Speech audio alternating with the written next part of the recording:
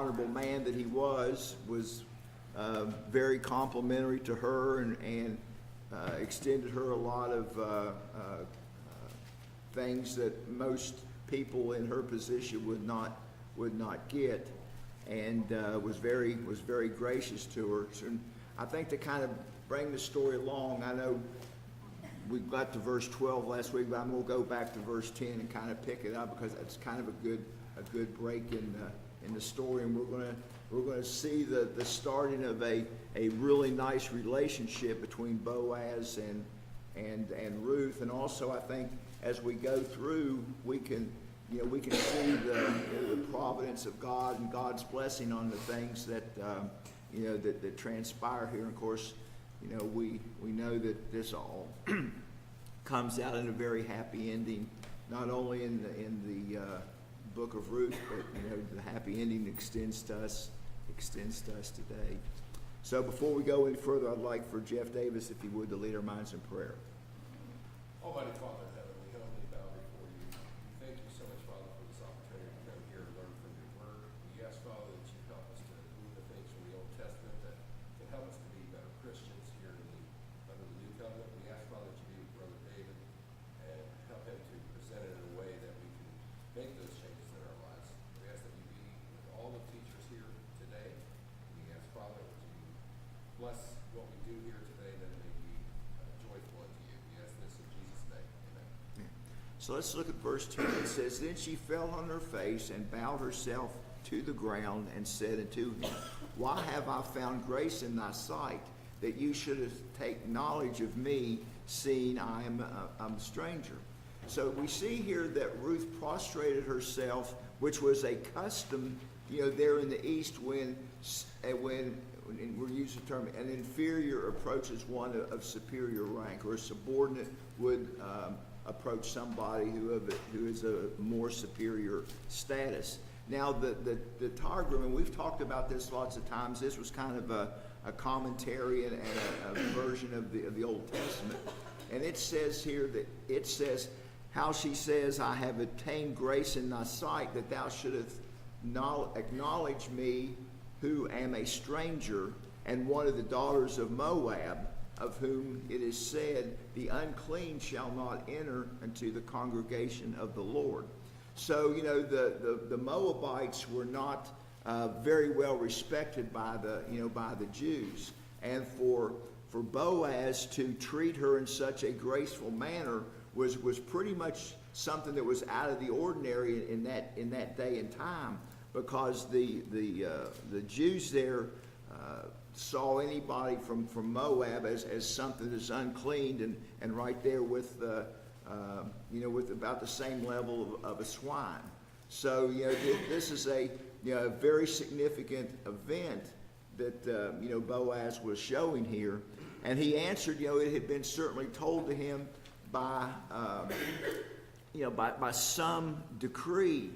That this was, that she was something special, and he knew her history, he knew her lineage, he knew things about her. So why, would Boaz take notice of her or show such affection and, bestow this, this kindness on her? Because she was not a citizen of Bethlehem, nor, was she even a citizen of the state of Israel. So he was really showing her a great respect there. So let's move on to verse 11. And Boaz answered and said unto her, It hath been fully showed me all that thou hast done unto thy mother-in-law since the death of thine husband, and how thou hast left thy father and thy mother and the land of thy nativity, and art come unto a people which thou knowest not heretofore. So there's some here that think that he lifted up his voice that all who stood there could hear him. He's making a speech not only in the presence of Ruth, but also in the presence of all of his workers and people there around to kind of give everybody the impression that this is somebody that's special, and she needs to be treated with respect. And if you'll remember in Boaz had already told his workers, that he needs to, leave her alone and let her do what she's doing. So it had been revealed to him either by Naomi or someone who knew Naomi about, the relationship between Naomi and Ruth. And he was fully informed because, he knew where she was from. He knew the situation about her being a widow. He knew that, she had the opportunity to go back to her own land, but she chose to stay with Naomi instead, which, in his eyes, and I think in the eyes of anybody, would, that's a pretty big sacrifice to make, especially in that day and time where, they didn't have a social safety net like we have today. I mean, she was pretty much out there on her own and having to, to fend for herself. And I think also we kind of see here the providence of God that, somehow, whether it was directly revealed to him by God or how it was revealed to him, that he knew this information beforehand. Because if he didn't know this information, the tendency might have been to just, run her completely away and not have anything to do with her. But yet he knew this information going in, and was treating her with great respect. So he knew all that Ruth had done for her mother-in-law since the death of her husband, and how that instead of going home to her father and mother, she continued and was very loyal to Naomi, which was a great thing. And he knew what a strong expression of love she had made unto her, talking about Naomi, and what she had taken, to her and had fed her and nourished her and done all the things that a good daughter-in-law would do for her mother-in-law, and was out there working to support her as well as supporting herself. And I think it's really clear as we go through these verses that Ruth was a worker. I mean, she was out there and putting everything she had into it, and as a result of that, the work that she did reflected well upon her, but it also got her some support that maybe she wouldn't have gotten otherwise, because the good impression that she made, because she was such a good worker. And there's nothing in this writing, as we're going to go through, that would show that Ruth was a slacker in any way. I mean, she went 100% at everything that she did, and she was very grateful for the things that she got and how she was being treated. So Ruth had left her father and her mother in a literal sense to go with her mother-in-law and assist her in her journey, and see that she made this journey safely from back to her home. And this in a figurative sense, she also left her gods that she worshipped. So I mean, she completely changed and left everything behind that she had, and that was a good thing for her. So she'd left the land of Moab, where she was born.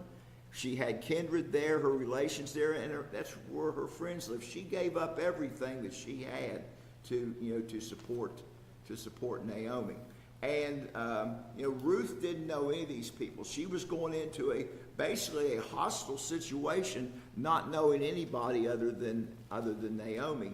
And she learned from them, from her husband and mother-in-law, even to the people of Israel, to whom she was she was going to become a proselyte, and she was going to dwell among them. And this is the commentary from the Targum. So she had purposed in her heart that she was going to do whatever was necessary to make the transition there in Israel, to benefit her and to benefit her mother-in-law. Comments about those verses. All right, let's move on to verse 12. The Lord recompense thy work, and a full reward be given thee of the Lord, the God of Israel, under whose wings thou art come to take refuge. So the Lord here respected her for her dutiful respect that she showed, and the respect that she had shown her husband, and the Lord was going to bless her for the things that she was going to do, and her affectionate attachment that she had to her aged mother-in-law. And we really don't know exactly how old Naomi was, but in that day and time, people didn't live as long as they do today. So she might have been in her 40s or 50s, which today we don't consider to be very aged, but in that day and time, that was something to be considered. Now the Tegrum adds, in this world, meaning the kind of offices that she had performed and the good service that she had done to her mother-in-law, nor is it God's unrighteousness to forget the work and labor of love which is shown by the children to their parents. So there's a blessing in there for the children that take care of their parents. Even though Naomi wasn't or Ruth wasn't Naomi's child, she still treated her mother-in-law as though she were her her parent. And God recognizes that that's a good that's a good thing, and there's a blessing in there for the children who do show respect to their parents in their older age. So such works are not in themselves meritorious of any blessing from God here or hereafter, yet he is pleased of his own grace to recompense them and return the good into it says that the Tegrum says into the bosom of the manifold, being acceptable in his sight.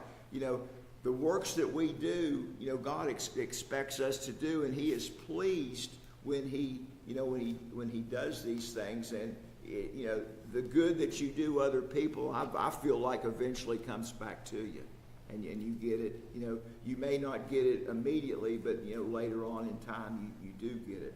So we see Boaz here is speaking with great modesty and piety, to Naomi. He's not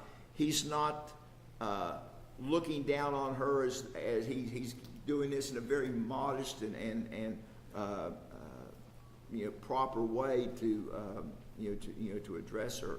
And he basically says that the kindness he shows her little is in comparison to the final reward. And it's kind of the same way with us. The things we do on this earth, we're going to, when we get to heaven, they're going to look back and say, well, that wasn't anything compared to what I have here in heaven. And that's kind of the parallel that Boaz is making there.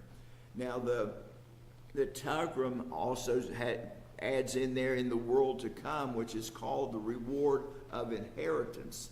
And it's a reward not of debt, but of grace that will be a full one, fullness of joy, fullness of peace, happiness, and abundance of good things that we really can't have a concept of how good things are going to be in heaven. So God alone can give Ruth a full reward for the kindness that she has shown to her mother-in-law and the loyalty that she has. And it also kind of gives us the impression that Ruth has come under the protective wing of God, and she's maybe became a proselyte to the religion. So she's been brought into the fold. When she was a Moabite worshiping false gods, God wasn't pleased with the things that she did. But now that she's doing these things, and she's coming into the kind of like the ark of safety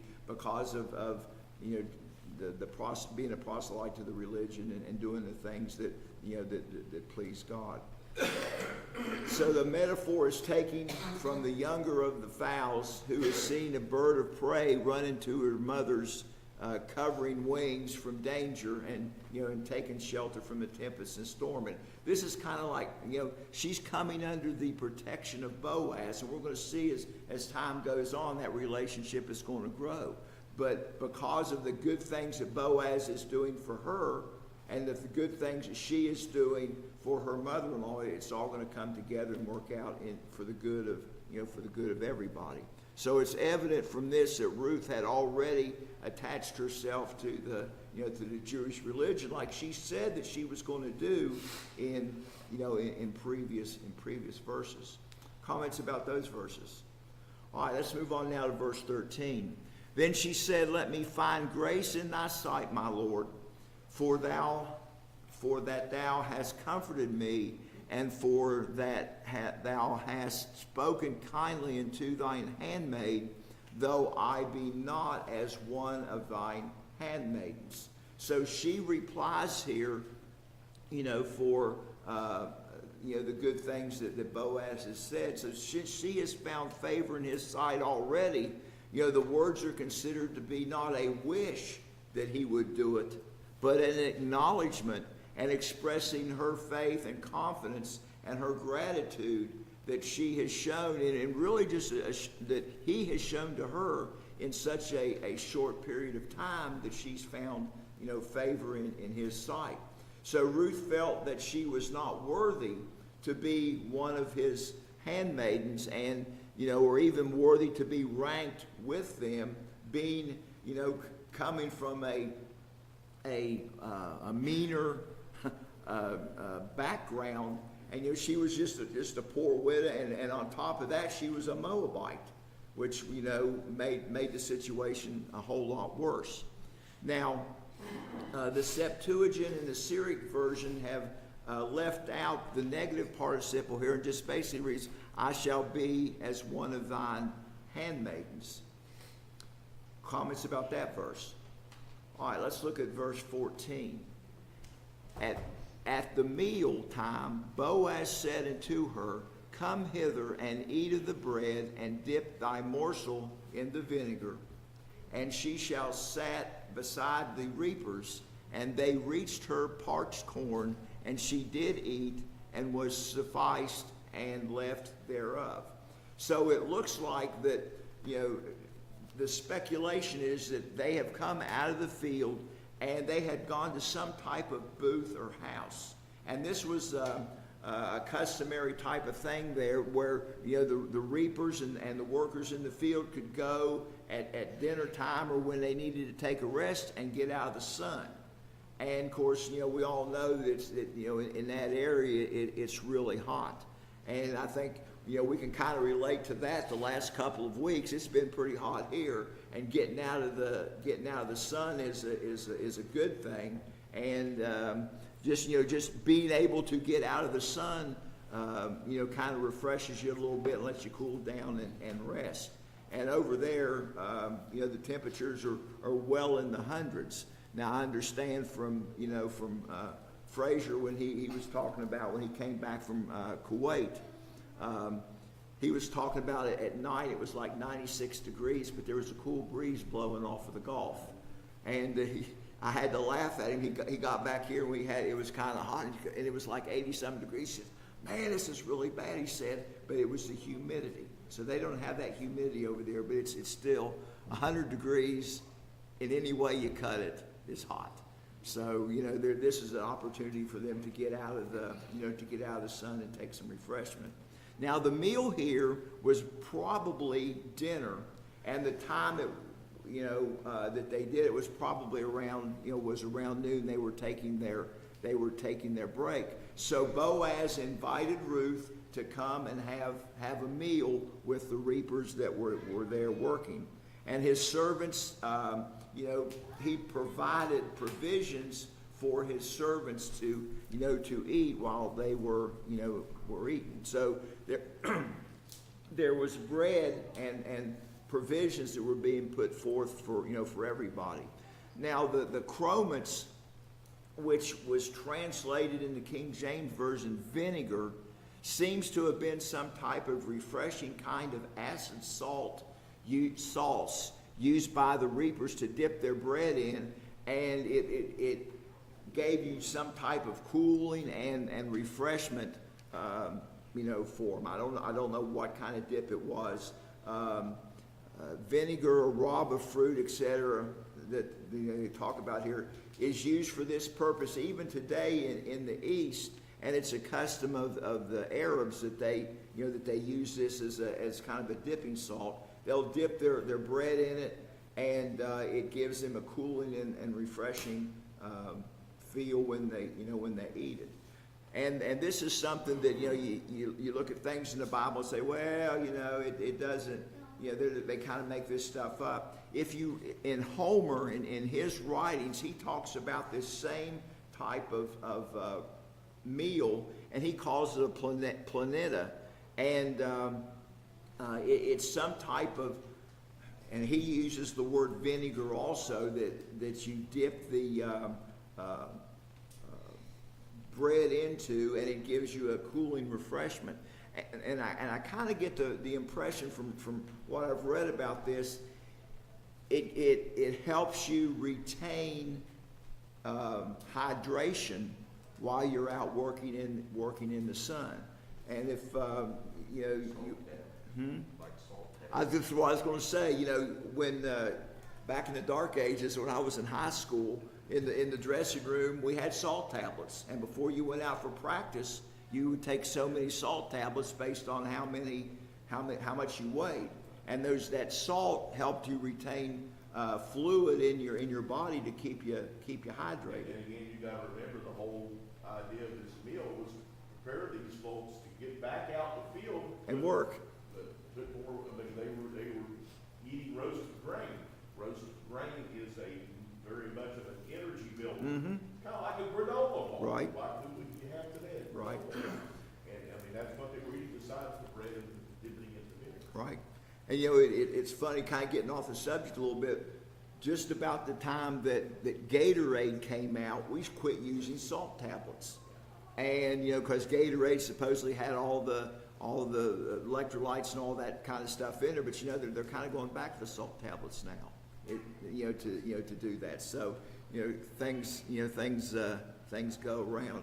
And I can remember when Gatorade first came out, you had to mix it. And if you mixed it right, it was really good. And if you didn't mix it right, it was awful.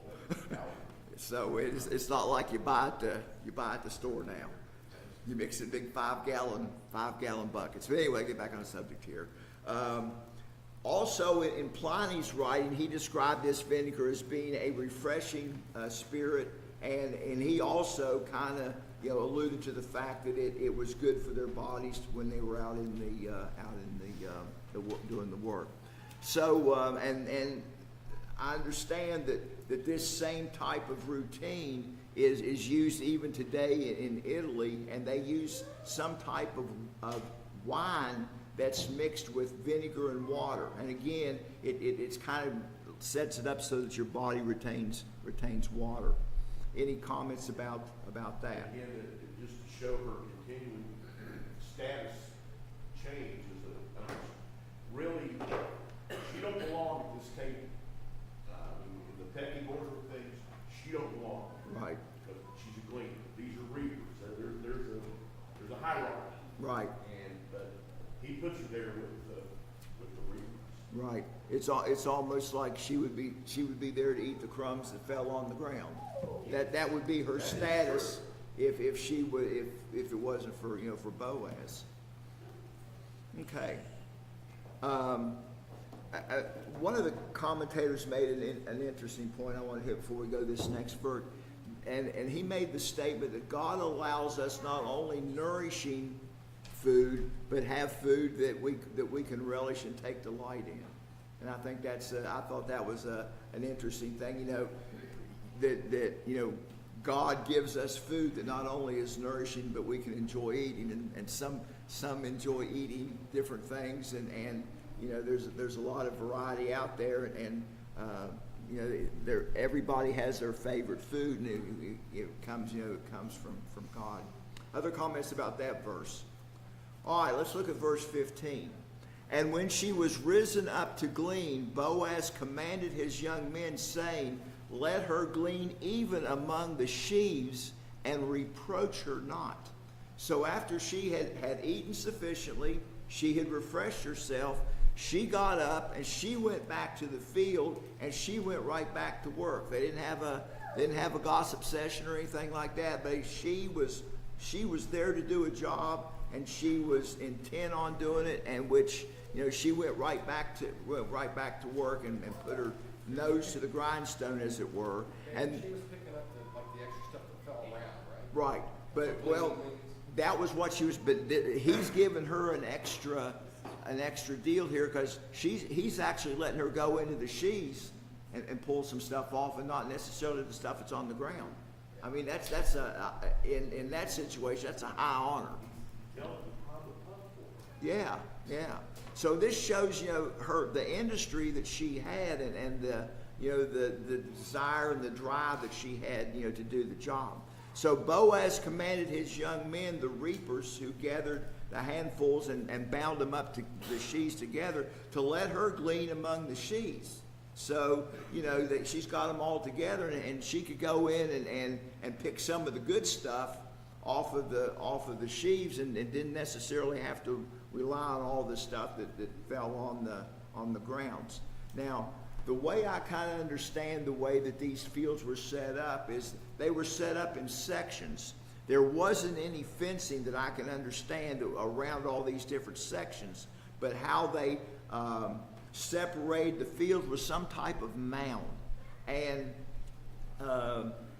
I don't think it was hedgerows like they had in Europe. I think it was just some type of mound which would show some type of marking.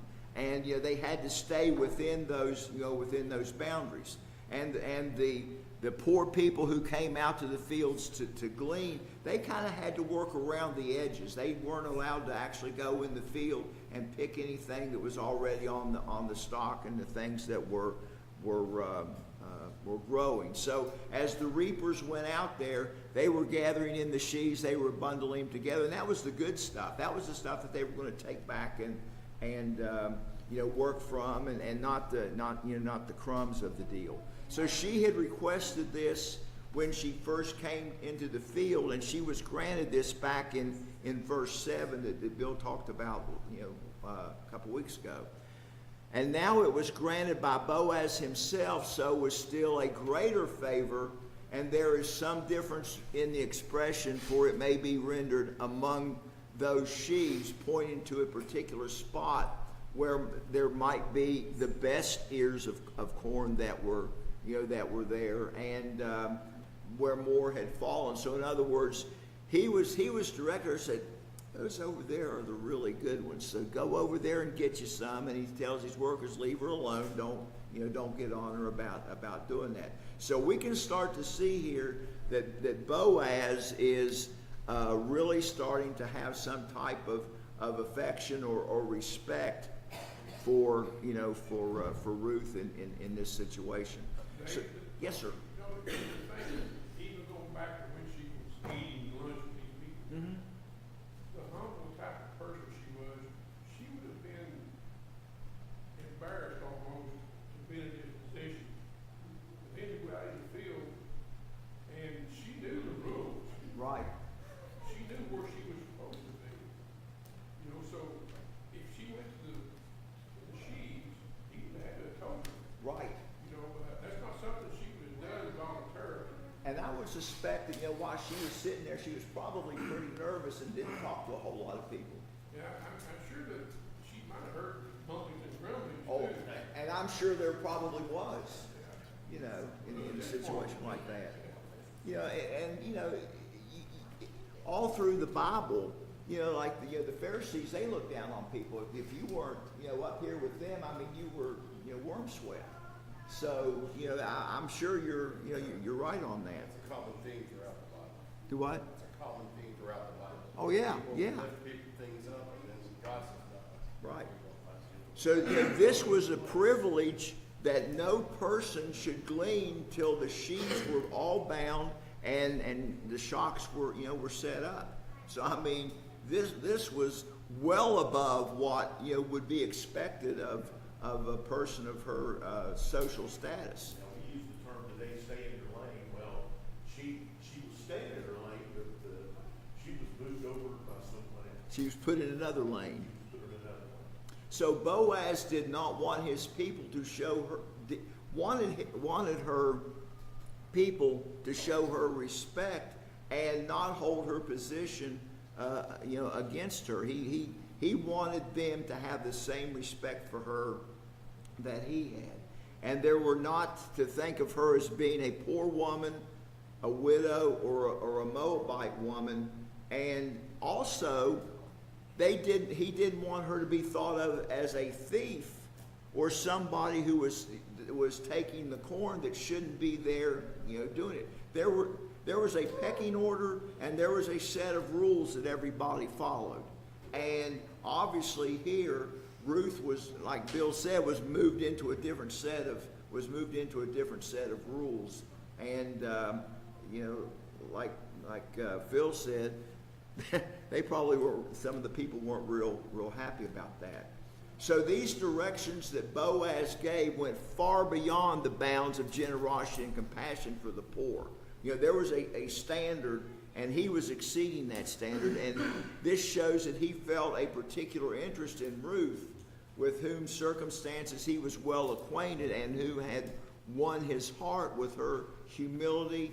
And also, the things that she had done for her mother-in-law, who Boaz was acquainted with, her love for the God of Israel, and she just was, I guess, somebody that just by her actions was drawing him toward her because of the way that she acted and her personality and the things that she did, and I guess the worker that she was. I mean, most employers respect people who are good workers. And we all know that there, at jobs, there are people that are good workers, and there are people that don't work quite so well and look for every opportunity to goof off. Comments about that verse? All right, let's move on to verse 16. And also pull out some for her from the bundles and leave it, and let her glean and rebuke her not.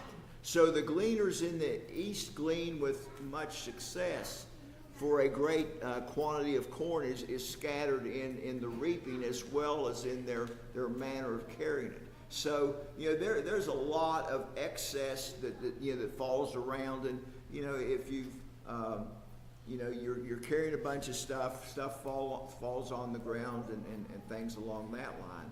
So one may judge then that a large quantity of which Ruth gathered in consequence of the liberal orders, that was given to the servants. So she was collecting large amounts of grain and corn as she was doing this. I mean, she was given a really good opportunity. And the extraordinary marks of favor were not only given out of a kindly disposition, but from regard of her good character and devoted attachment to her, to her relatives. Boaz was respecting all these things. Now, in verse 17, it says, so she gleaned in the field until eve, and she beat out that she had gleaned, and it was about 10 ephs of barley. So we continue to see here her diligence and industry, attending to the means of employment constantly from morning to night. So she was there early, and she worked all the way until it was quitting time. And looks like the only break that she took was when she had broke to have something to eat and get some refreshments. Now we see here that she did not bind up her gleanings in a bundle and carry it home on her head, or however she was going to carry it out, but she beat it out with a staff in the field where she had gleaned it, and she worked it there in the field. And that was something that was kind of unusual. Normally they would take it back to an area to be processed. She processed her own right there in the field. And it's very probable that on the threshing floor of Boaz, by which means she had gleaned, was brought into a lesser size and weight, and was lighter for her to carry home. So she didn't have to carry all the shocks and all that kind of stuff. She carried the important stuff, and she probably had more of it than she could carry if she had not have beat all this stuff out in the field.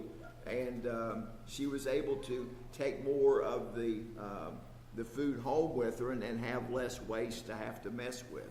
So she collected an ephah of barley, or 3 sheaves of barley, as the Tegrim says. Now the scholars say, and this is kind of an opinion, some scholars say this was about 6 gallons and 3 pints. And Clark in his commentary says 7.5 gallons.